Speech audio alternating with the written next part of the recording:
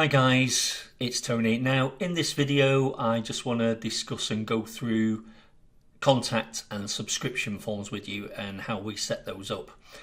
So depending which template or website you use, you're going to have a form like this. This is a contact form. The subscription ones will be very similar, but they'll be obvious that they're subscription, yeah? But basically, when somebody enters all the information into these fields and clicks get a quote or whatever the call to action is, you want to receive that email. You want to receive that contact, of course, yeah? So the way we do it is this, basically. So first of all, we've got documentation. If you go to the documentation, and I'll just remind you that the link to the documentation is in the drop down menu in the builder dashboard. But once you go to that documentation, if you click forms, there is detailed step-by-step instructions how to edit the necessary files on the contact forms and the subscription forms, okay?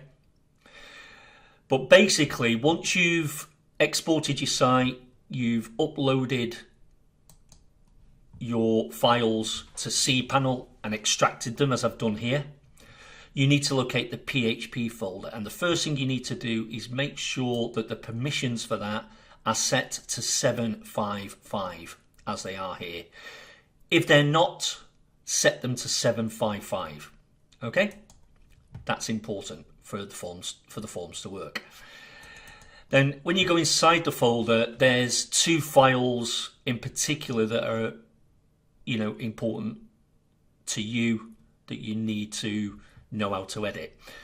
So the contact.php form, again with the file permissions, make sure that that's set to 755. In this case it's not, so we want to set them to 755. Okay, that's all you need to do with the contact.php file.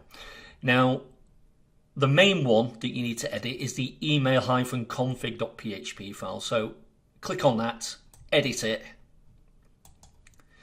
And for the contact forms, there's literally only a couple of things you need to edit.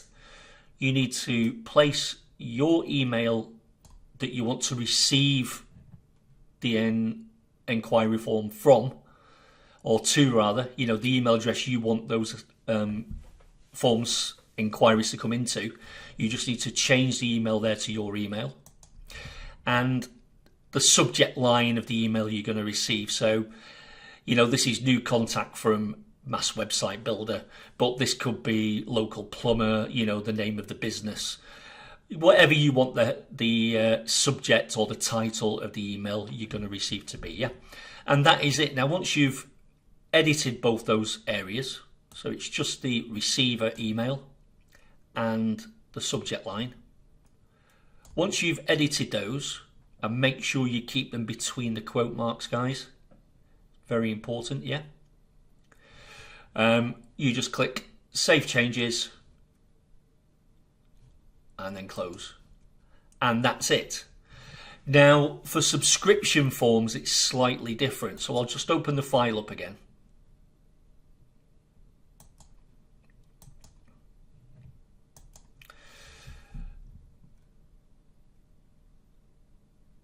Because on a subscription, you're going to be using your preferred autoresponder. Now, currently, we integrate with a few different autoresponders. They are MailChimp,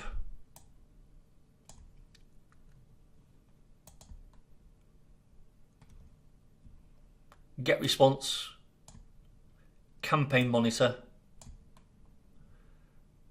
Constant Contact, and Aweber.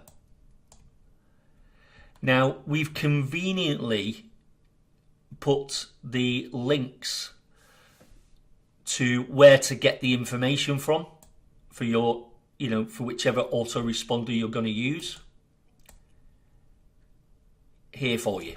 So that's in the file. So all you need to do is copy that, paste it into a new tab, open it up, and you'll get the instructions of how you get the relevant information, you know, your authorization code and your list name for your particular autoresponder. Yeah.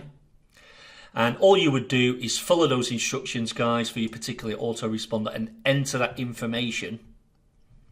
For example, if it was MailChimp, you would enter that information here between the quotes, between those brackets. Okay? And again, in the documentation, there's full instructions for subscription forms, how to do this. Yeah? Again, it's MailChimp, GetResponse, Campaign Monitor, Constant Contact, and Aweber.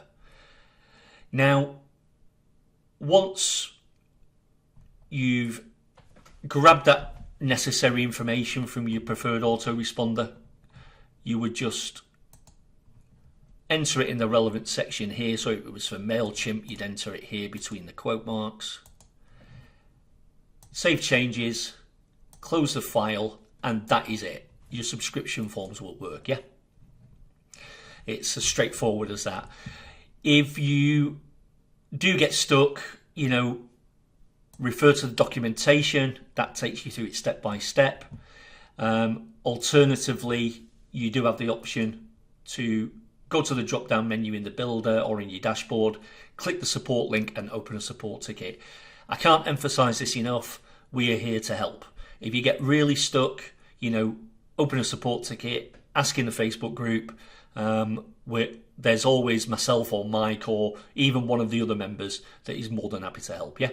Okay. So that's it for contact forms and subscription forms, guys. Thanks for listening.